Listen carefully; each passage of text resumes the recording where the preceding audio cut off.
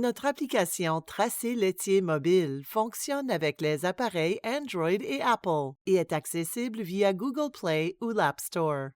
Connectez-vous à l'application en utilisant votre nom d'utilisateur et votre mot de passe du portail Tracé laitier en ligne. Si vous avez oublié votre nom d'utilisateur ou votre mot de passe, cliquez sur « Réinitialiser votre mot de passe » et suivez les étapes pour réinitialiser à l'aide du code que vous recevrez par courriel. Lorsque la connexion Internet est bonne, l'écran « Synchronisation en cours » signifie que l'application est en train de se synchroniser avec le dernier événement déclaré dans votre compte. Le menu principal vous permet de créer un nouvel événement, de visualiser les événements soumis et de voir l'inventaire actuel du troupeau. Dans le menu du bas, vous pouvez consulter les événements en cours non soumis, connecter votre téléphone à un lecteur d'identifiant compatible ou consulter les informations de votre compte. Commençons par un événement de pause initiale d'identifiant. Cliquez sur « Créer un nouvel événement », puis choisissez « Pause initiale d'identifiant » dans la liste des types d'événements.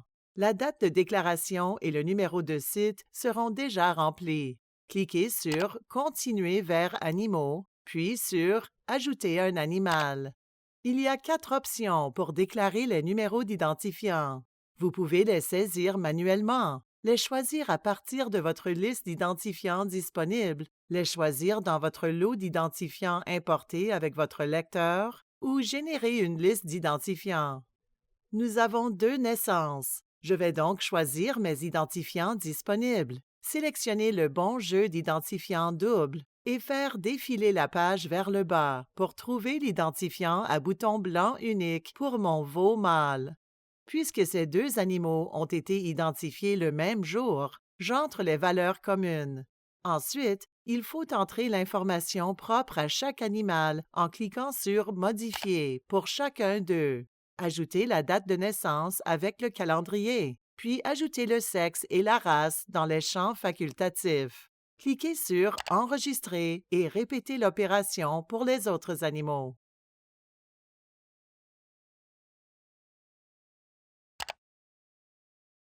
Lorsque la liste des animaux est complète, cliquez sur « Continuer vers vue d'ensemble ». Passez en revue tous les événements et leurs détails. En cas d'erreur, choisissez « Retour à animaux » et modifiez l'information. Si tout est correct, cliquez sur « Confirmer et soumettre le rapport ».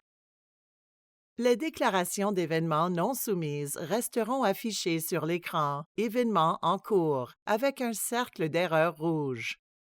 En cliquant sur le cercle rouge, un message expliquera ce qui doit être corrigé. Par exemple, la date de naissance choisie n'est pas la bonne.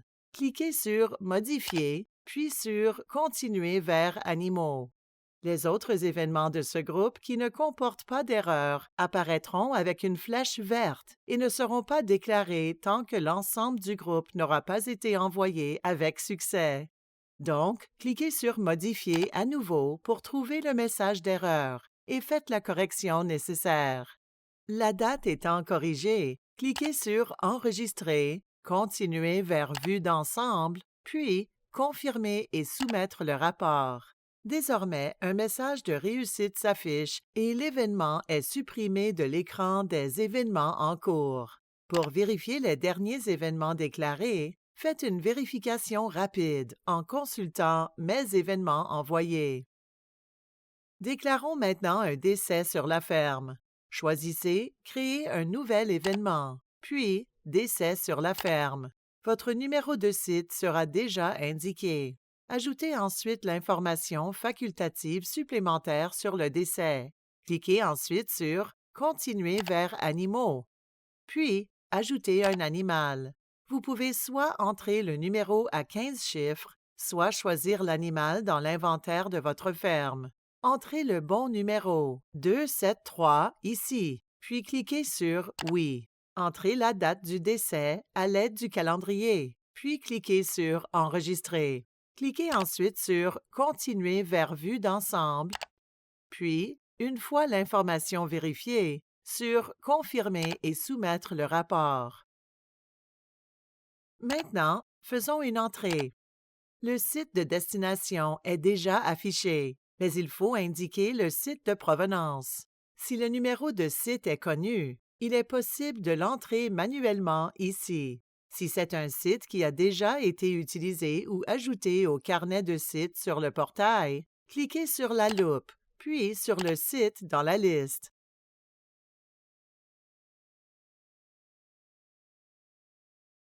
Cliquez sur « Continuer vers transporteur » et entrez l'information du transporteur, la plaque d'immatriculation et la province. Sélectionnez « Saisir l'identifiant » pour entrer manuellement le numéro d'identifiant. Tous les identifiants pour bovins laitiers canadiens commencent par 124000. Il faut donc ajouter un 0 de plus et les 8 chiffres de l'identifiant pour compléter le numéro.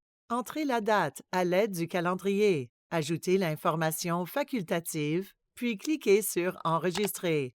Si plusieurs animaux proviennent du même site et de la même remorque de transport, ajoutez d'autres animaux ici.